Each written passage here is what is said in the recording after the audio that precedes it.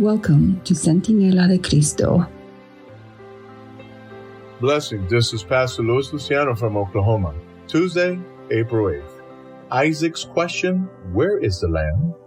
The Bible's first mention of a seh, Hebrew meaning a lamb, occurs in the same story as the first mention of love, Genesis chapter 22. The lamb, of course, is one of the most persistent symbols found in the book of Revelation, where Jesus is called the Lamb more than 20 times. In one of the most powerful scenes of Revelation, John's visit to the throne room of God in chapters 4 and 5, the Lamb plays the central role. Read Genesis chapter 22, verses 7 and 8, Exodus chapter 12, verses 3 to 13, and Revelations chapter 5, verses 5 to 10. How does the story of Isaac's near sacrifice help us understand how lambs are used symbolically? How does this story tie into what John sees in Revelation chapter 5? The first mention of a lamb in the Bible comes in the form of Isaac's question, where is the lamb?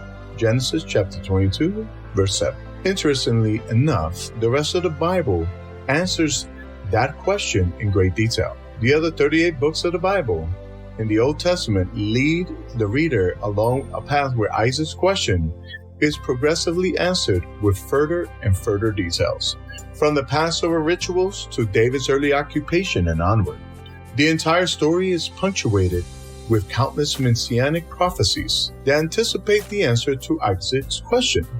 Then, in the New Testament, the question is answered when Jesus appears in flesh and blood, ministers among his people, and finally sacrifices his life at the cross.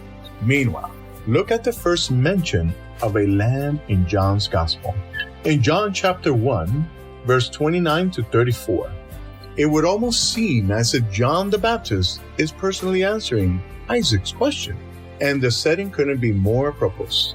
Sinners are repenting and going under the water in baptism, symbolizing the death of the sinner and the beginning of a new life. In this context, Jesus, the Lamb of God, suddenly appears, and according to Matthew's account, the heavens open to announce him, "This is my beloved Son, in whom I am well pleased." Matthew chapter 3, verse 17.